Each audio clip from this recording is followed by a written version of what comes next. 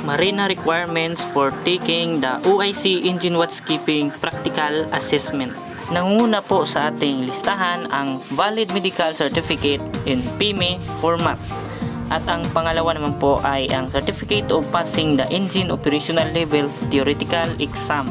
At yan lamang po ang dalawang requirements para makapag-exam ng practical assessment sa Marina.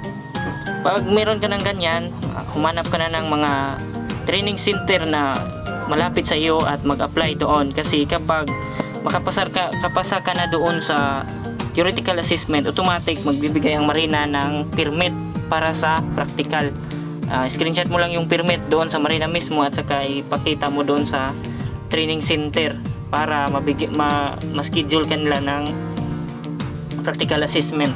Estimated payment naman po sa practical ay nasa 7,000 to 9,000 pesos. Depende po yan sa lugar, kasi dito sa Cebu medyo mahal kaysa sa Maynila, kaya paghandaan mo na lang. At saka tips para kung paano mag-take doon, makinig ka lang doon sa instructions ng training center, kasi yung kaibigan ko kasi na kasabayan ko mag-exam, nakinig siya doon sa explanation ng taga Marina sa assessment day namin, kasi 2 araw po kasi yon. So bale, sa unang araw po, yun po ay ang practice. So sa practice, yung magbibigay sa inyo ng mga turo is ang yung instructor na galing doon sa training center. Tapos sa second day, yun yung actual day ng assessment. But before magsimula yung assessment, yung instructor na galing sa Marina, mag-explain muna siya yun sa simulator. Explanation na namang bago. Ang kamalian ng kaibigan ko kasi, nakinig siya doon sa instructions ng taga Marina, which is may mga shortcut pala yun, mga mali. Hindi niya sinunod yung napag-usapan nung unang araw na tinuro talaga ng instructor namin.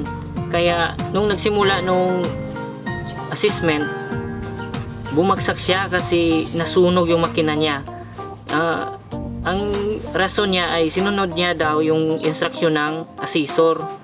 Hindi niya sinunod yung tinuro sa amin nung araw nung instructor namin. Kaya ingat-ingat, kasi pag nabagsak ka niyan, siguradong mag-retake ka talaga sa susunod na araw. Ang mahal pa naman ng bayad, tapos sayang sa oras, kasi hindi ka naman makapag-reschedule kapag hindi pa umaabot ng 1 buwan after ka bumagsak.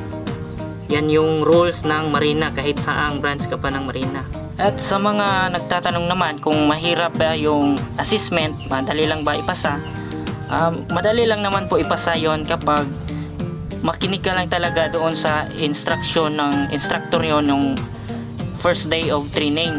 Tapos wag kang magpadalos-dalos ng pindot doon sa simulator, kasi isang pindot mo lang, masusunog yung makina mo or maaapawan ka ng mga langis. Bagsak ka talaga dyan. Kaya before you click, mag-isip ka muna. At saka after ng simulator, sa function 2, 3 at 4, mayroon doong activity na parang nagsasadula kayo doon sa, like magbigay ang assessor ng senaryo na nagbabangkiring.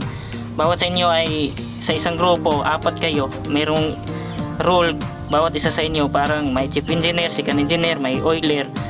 Mayroon namang script, basahin nyo lang ng mabuti at saka loud and clear para maipasa nyo. Tapos sa function 4, mayroong machine shop doon na ipakita nyo sa assessor nyo kung marunong ba kayo magbasa ng multi-tester, micrometer at saka torque. Ipagagamit doon sa iyo yung torque, may mga bolt doon, may mga electrical system, ipasukat nila yung kano yung continuity. At saka yung torque naman, titingnan nila kung marunong ka ba talagang mag-torque. Medyo mahirap tong part na to, kasi kapag hindi ka talaga marunong gumamit ng torque, hindi ka marunong mag-setting, hindi ka marunong mag-ayos pagkatapos mong gumamit, ibagsak ka talaga ng assessor ng Marina. Tulad nung kasama ko nung assessment, hindi siya marunong gumamit ng multi-tester, kaya pinagsak talaga siya, pinabalik ng next month. Kaya ingat-ingat lagi, Lods. At yan lang naman po, sana may natutunan kayo, at kung may mga katanungan pa, just comment below para masagot lang po. See you in my next vlog. Thank you so much and God bless.